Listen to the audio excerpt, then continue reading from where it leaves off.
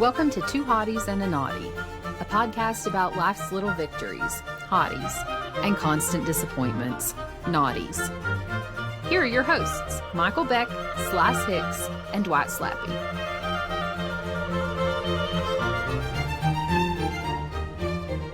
Welcome to Two Hotties and a Naughty. I'm Dwight Slappe.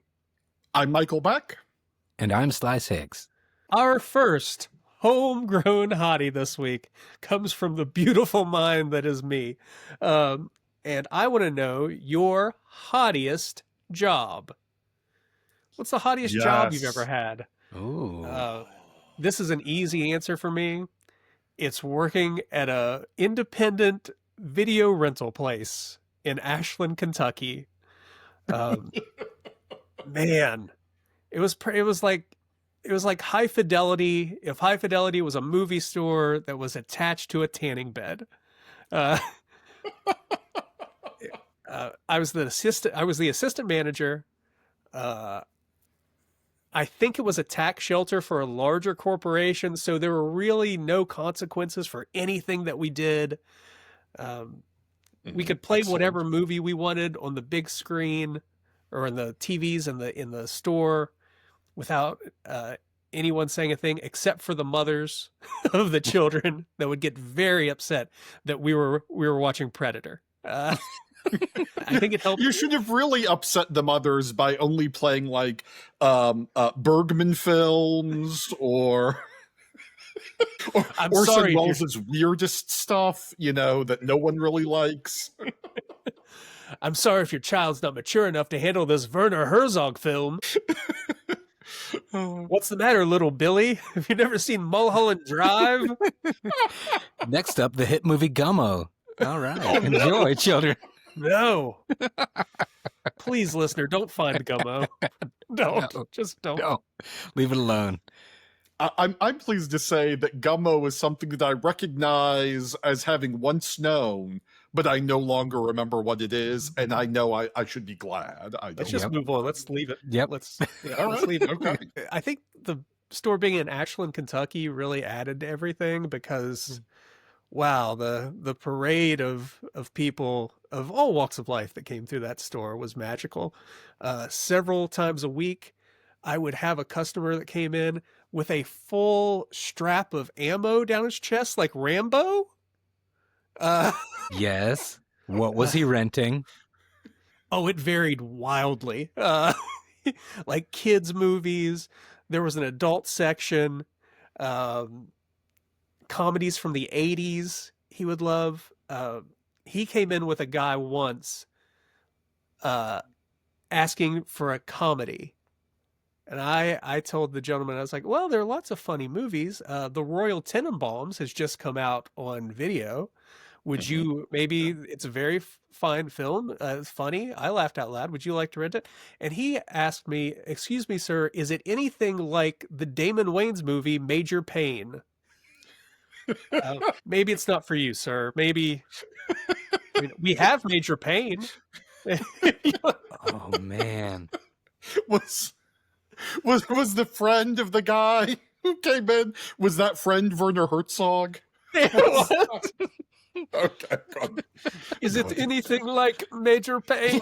Yeah, that's the only way the story works.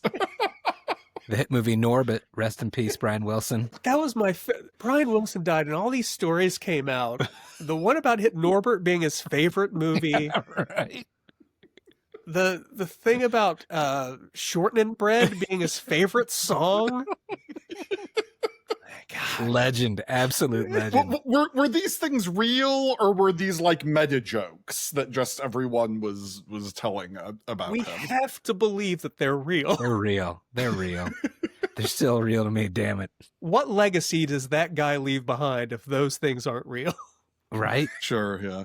Well, music that the most tedious old people on earth like. That's that's My last thing about this video store, I will say, is there was an adult section, and it became obvious that the store never collected on debt.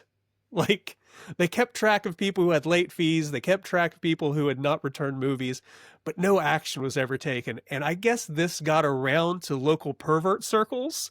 So once a week we would have a different glassy-eyed weirdo go into the back and rent 10 movies that you knew, 10 movies at a time that you knew were never coming back. Ever. We should probably make it clear to the listener, Dwight, you were working at this video store quite some time ago. This was not this was not I'm sorry, like this was 2022.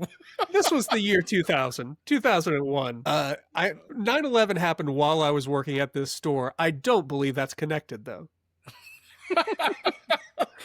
This video store was like the Columbia House of Pornos. So, you just go in there, you rent them. Don't have to take them back. They're yours. Maybe or maybe not. You'll get sued. We don't know.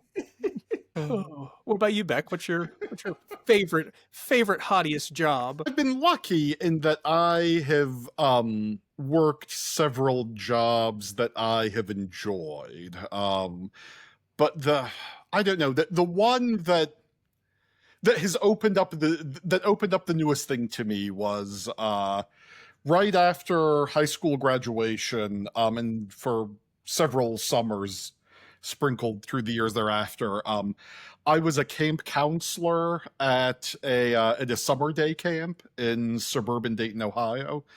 And it was very different from the kind of work I usually do. You know, like, we're all familiar with me here. I usually do nerd work at a desk working for a college or a university.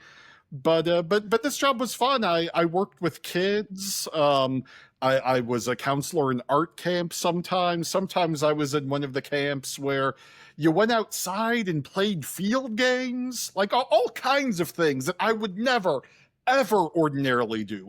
I don't really care for children that much. I certainly don't like physical exertion outdoors. No. When you went outside, what did you do? Well, it was great because the children all just sort of assumed, oh, you're a grown-up and you're working at camp, so you're a jock and great at all this outside stuff, just like all of the other counselors. And so I was able to get these like 9-year-olds thinking, oh yeah, Michael, he's so cool and strong. And you know, being strong is important to 9-year-olds, to grown-ups at camps. It helped that that's how you introduced yourself. Hello. I'm Michael. I'm strong, Michael. I'm strong and athletic. It was great. Yeah. At the end of those summers, I was also the thinnest and tannest that the closest to being thin and the closest to being tan that I've ever been. So yeah, it was a blast, man. There would be canoes and little trips. Yeah, we'd go to water parks and things. It was great. It was a lot of fun. Do any of those kids stay in touch with you, Beck? Did you touch any of their lives so much that they have to tell you? Oh Lord, I hope not. I certainly hope not. I'm actually trying to I've been trying to think if I can remember the names of any of the children. And I can remember a couple. Of course, the names I remember were the ones of the real little shits. Of course. So, yeah. They stick out the most, always. Yeah. Sure, yeah. Well, because, most of them are good kids who, Sure. do Just run of the mill. Forget about them. Whatever. Ordinary canoe kids. This is just every other summer for strong Michael Beck, you kids. I don't need you. In order to be so physically intimidating and strong, the kids have to leave his mind as soon as they're not in sight. He has to concentrate on the muscle mass. That's right. He's got to focus dexterity. on this. Mm-hmm.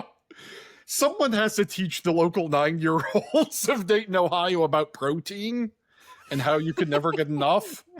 I guess. Is this what strong people talk about all day? That's exactly it. That's it. You nailed it. 100%. Slice, do you have any jobs that you actually liked? Oh man, I don't think so, but I'm gonna try real hard here. I'm gonna really stretch it. So I started working around the tender age of 10 in the family business. Friends who Was I it grew up owning with. a coal mine? Well, might as well have been. All my friends called it the dirt mall. They put him in a small bird cage and took him down to the mines with him. Still recovering from this asthma.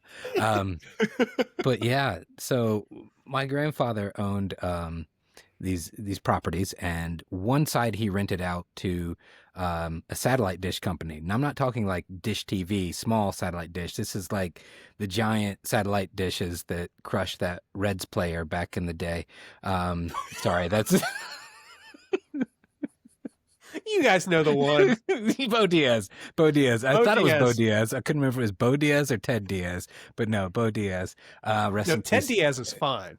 Ted Diaz, all good. He actually works for that satellite company now in a crazy twist. But anyways, and then the other side was my grandfather's store, John's Place, right there on Ohio River Road in Wheelersburg, Ohio. And it was, so I would spend weekends going to auctions with my grandfather, and he would buy essentially like, you know, what you see in these videos today where people buy like Amazon returns. We were buying like returns that were like at Hearts or Hicks or Walmart or wherever. And we would just have like this stockpile of stuff, like the game Mousetrap. That was a very popular one. A kid would lose a piece. They would return it to the store and say it wasn't there. It sure as hell was there. You just lost it. Now you're returning it because they lost the freaking guy that goes into the bathtub that makes the whole thing fall down. Anyways, so we would have this set back here. It's missing the little diver dude. Well, we got another one, and it's missing the green mouse. So I'll take the diver dude from that one, put it in this one. We've got a full game of Mousetrap here, boys and girls. And then we'd sell it, but cheaper than what you would buy it for at your local retailer. Black market Mousetrap. Right? Wow. I got to work on like remote controlled cars. I got to use a soldering gun at the age of 11. That was pretty cool. There was like a grinder, angle grinder back there. A bunch of stuff I should not have been doing. And Did you huff some of those good fumes? Some of those. Oh, good I was gonna soldering say, fumes? I huffed a lot of things back there, and I know I was exposed to ample amounts of asbestos as a child because of some of these shady places we'd go to get pickups from these like store returns and warehouses, like buildings that were like collapsing, like old school houses built in like the 30s that, you know, some guy bought and was using to store his like freaking auction material. So yeah, bicycles. The asbestos factory. Yes, the asbestos factory. Yeah, those guys from Wizard of Oz, they don't have anything on me with the stories I have from my childhood and the color, the paint that my grandfather would paint me in as I worked at the store. It was highly carcinogenic. But it really drew a crowd. I really got to, you know, I would stand out, turn the sign out by the road, flip my sign and dance around painted silver like the Tin Man. And it was great. But no, that's probably the best job that I had. I know to a lot of people that sounds horrible, child labor and everything, but I got like $20 a week. So it was all good. That sounds super fun to me now.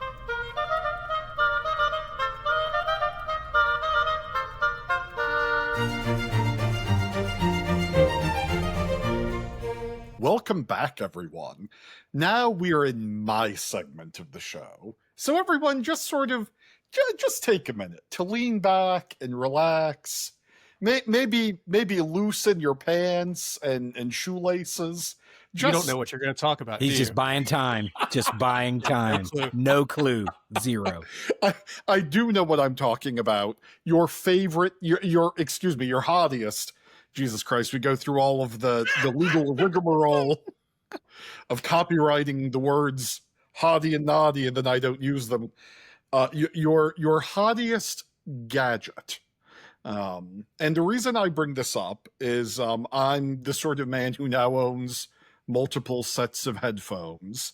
And one of my favorite things are, I guess I'll say the brand name, Shocks. Do either of you have these things? Like they're great. They're shaped like, and I realize I'm showing these on the screen on a podcast.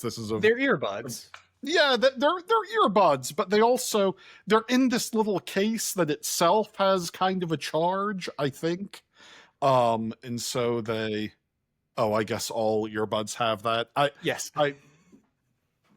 I don't know. When I get something, I think it's amazing and cutting edge because They're don't really- AirPods that wrap around your ear, right? Don't they wrap around your ear so they yes, stay yeah, stationary? they wrap around For your our ear. audio listener. Yes, yeah. Yeah.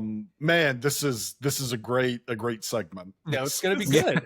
I think we're Don't- really picking up momentum.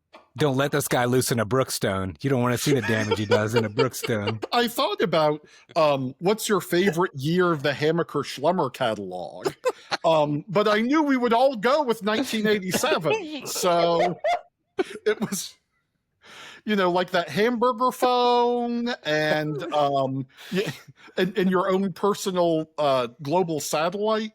It's all kinds of awesome stuff in there. Are these your first earbud things? These are your first standalone Bluetooth? I've had earbuds that have come, I think, maybe with a phone in the past. Maybe Wired ones? Pardon? Like wired ones, like that plugged into the phone? I think so. I don't think I've ever had unwired earbuds before. Well, I mean, I guess I have these Bose cans I'm wearing now, which are terrific, but I can't take them on walkies with my adorable Labradoodle Coco, so I need the shocks for those. I'm on my second pair of AirPods. The first pair of AirPods I had were stolen while I was laid up in the hospital, and I cannot overstate the frustration where I was tracking my AirPods on my phone, but I had an IV attached to me, so I couldn't go after the person that had them. And it was, of course, was no one else's priority in the hospital. To my You amazement. just watched them as they faded away. Does this not mean anything to you? Please, nurse, please. This is a crime, nurse. A crime. He's on Washington Avenue. Please. On your watch. On your watch. What I love is that the cardiologist who stole your earbuds, he just stole them to just throw them in the garbage. Just It's a game. He does it for the thrill. Stole it and to give him to his maid for a Christmas present. So. Oh man. Well, it's I suppose my segment. So, I that it is. I guess I should move things along in this segment. So, Slice, what's your hottiest gadget? Oh man, that's tough. I probably a nice digital food thermometer. I like to, make sure that when I'm cooking things, take the guesswork out of it. People say like, oh, the tenderness if you touch this finger of your hand and that. I know you can't see right now, but if you've seen it, they say like depending upon what finger you touch to your thumb, you can measure the doneness of the meat. Well, I'm sorry, I'm not gonna do that. Just give me a nice little digital meat thermometer. I'm gonna take the guesswork out of it. Oh, we hit 130. I'm going to pull that steak. There we go. There's a nice medium rare right there. I used it this evening whenever I was out cooking. So it's such a beautiful day. But yeah, I don't want to get anybody sick. I don't want to overcook their food either. That's not an enjoyable experience. So, it does all the heavy lifting for me. And I get to, live in all those accolades and the praise from the family saying, Dad, you really knocked it out of the park today. Thanks, meat thermometer. You're missing the thrill of jamming your finger into a hot piece of meat, though. Right? I mean, I used to do that. Then they started, I was like, oh, I can buy something that, man. But then you get to your 40s and it's... Yeah, I'm very sensitive to that grill heat now. It's just... Doc said, after the gout, I really got to take it easy on these finger joints, make sure that... Your aging tendons and ligaments. That's right. Not even fish oil can fix this. All right. Dwight, what's your gadget? The mouse from Rescue Rangers. Can I change mine? Can I change mine? Damn. I mean, she made me feel things when I was a kid. I mean, looking back. Yeah, maybe Since we've talked about it on multiple shows now, AI is going to start pushing us Rescue Rangers ideas. Hot dogs Thank and Rescue God. Rangers. That's going to be 2 hot dogs and a gadget. That's our new podcast, folks. Seriously, she was one of my first crushes. Yeah. I can. No judgment here. Believe me. She was handy, smart. Yep. Had that Loyal. Loyal jumpsuit, was Mhm. really form fitting. It was great. That tail. That tail. Nothing like a cord-like tail to really... So sleek. So sleek. Her best friend was a fly. What wasn't there to like? Right. about- Zipper ruled. Zipper was the best. I wanted to be Zipper when I was a kid. My Right, actual anybody else? answer is still that mouse from that cartoon. I'm not even going to give you a technical answer. By far, that's my favorite gadget. Can't buy that one at a Brookstone. No, good luck.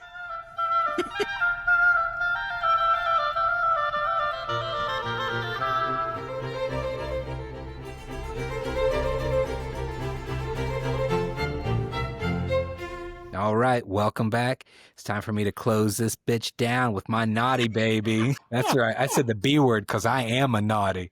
So this week, guys, your naughtiest chain restaurant, like overhyped, you hate, they suck, it's the worst. I'll start it off. Cheesecake Factory, absolute worst. So overrated. I don't care. See, I'm gonna hot take right here. Thank you, Beck. I got a look from Dwight. You can't see it unless you're on YouTube watching. That's right. I'm going to shit all over Cheesecake Factory because they shit on me every time I go there and try to give them my hard-earned money.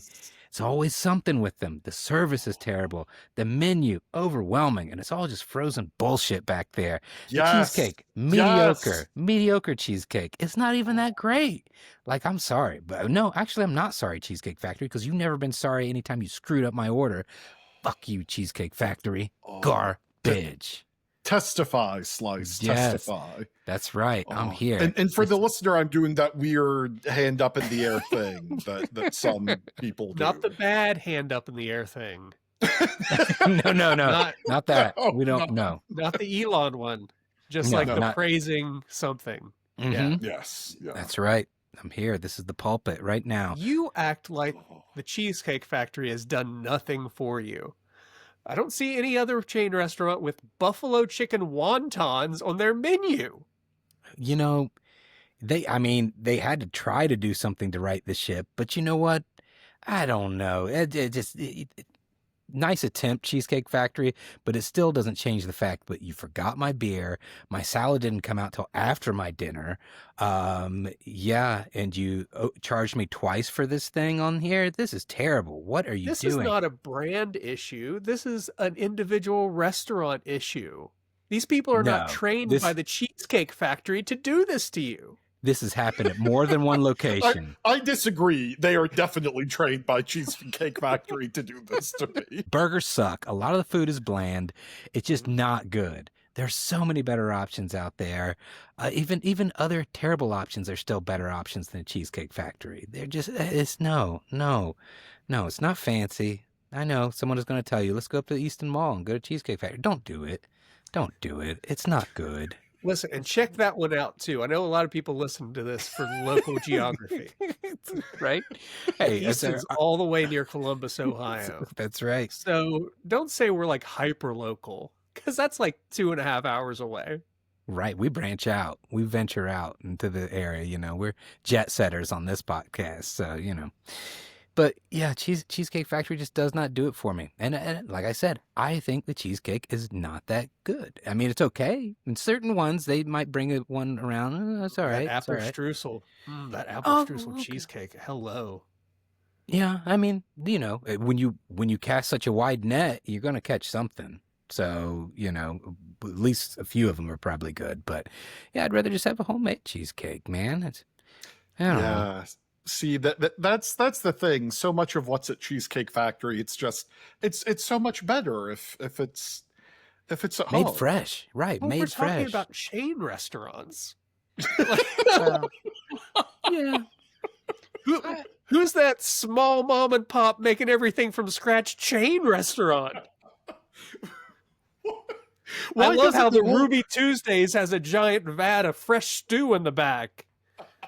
They went out and picked these berries this morning. Thanks, Ruby Tuesdays. But of all of them, who has like the most overwhelming menu is Cheesecake Factory. The thing's like a freaking, I don't know, like the 2004 Colts playbook or something. I don't know. It's like a massive thing. It's like, I don't know. I tried to think of something. I was going to say the Bible, but I don't want to, put that on the Cheesecake Factory. But it's massive.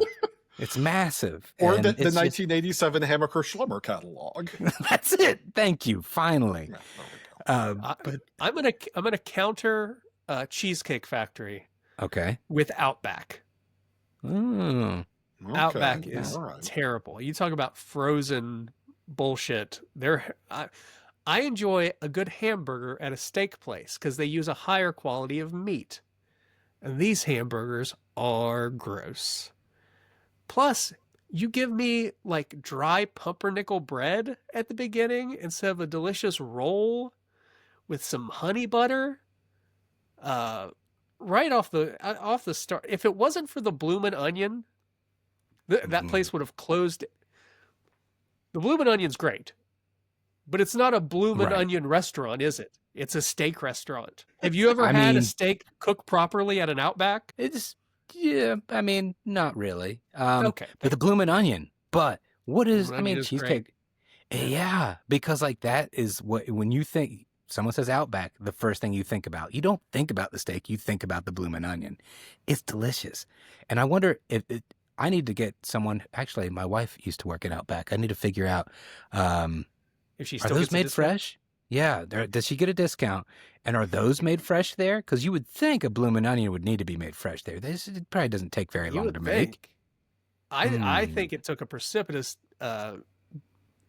leaning downward drop off recently. I remember growing up, Outback was killer, or maybe I've just had a lot better food since then, and Outback stayed exactly the same. Right. Ding, ding, ding, ding, ding. Yes. They also get deducted points because of the whole goddamn shrimp on a Barbie thing. Do you know what Yeah. Australians call shrimp? Fucking prawns. Nobody in Australia says shrimp. That's true. I never thought about that till now. Yeah. Oh. Well, I mean, American expats probably call it shrimp. They do have a lot of fun names though on the menu. Like I remember Autumn had to pass this test to be a server there, and I would quiz her like about like the different drinks, like the Wallaby Darned. And like, so there were a lot of fun names, and she had to know all the different, drinks that went into that cocktail. So, various syrups and things. It's real riveting. You're right. I I mean, changed my mind because of the kookaburra chicken. You're right. See? It's not shitty anymore, Slice. That's right. Thank you. Cheesecake Factory is still the worst. I know. Witty wordplay is always the most important thing to me when I'm eating. It can really save you. It really can. Well, I don't care for this taste, texture, or smell, but I certainly enjoy all the alliteration in what I'm eating. So Palpable. These crocodile critter cutlets are just what I needed. Not for my mouth flavor or anything, but it's fun to say. Just rolls right off my tongue. It's numb from all this sodium. What about you, This Beck? Paul All right? Hogan ham hock is the way to go. oh, very good. Yeah. My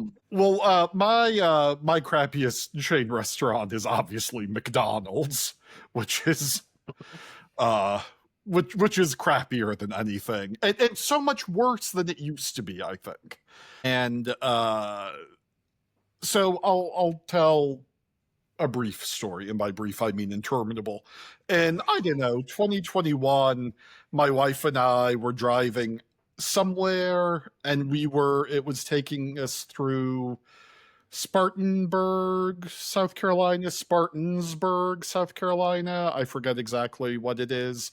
Again, this is a hyper-local geography show. South Carolina is outside of our region, so I can't. We can't be experts about every town, all right? Anyway, we pulled over to get something to eat, and it was, I don't know, circa midnight. So, like, we had limited options. The Wendy's was closed. McDonald's was the only thing open. We were sort of on a, well, let's try to eat healthy kick at the time, which always kicks you in the ass, especially when you travel.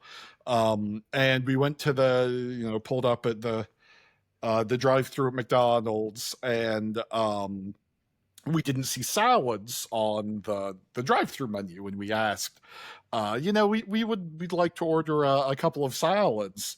And the world's smartest 17-year-old on the intercom said, we have not had salads in years. Huh? And then that was all. So McDonald's is the worst because you went there for a salad. And got shut down by a 17-year-old who with the smarmy answer. You went to McDonald's for a salad and got outsmarted by a minor. And that's why McDonald's is the worst. Yeah. I went there ordering the veal cutlets with the side of grilled asparagus, and a teenager was mean to me. I mean, I think it's all pretty clear. I went to Taco Bell. They wouldn't serve me ribs, those goddamn monsters. Excuse me, boy. Please serve me 2 of your finest salad shakers and 1 of those stuffed American tail Christmas ornaments. Can you believe the Burger King doesn't sell lobster thermidor anymore? More like Burger Marquis. That's right. Yeah, that's it. Yeah, there we go.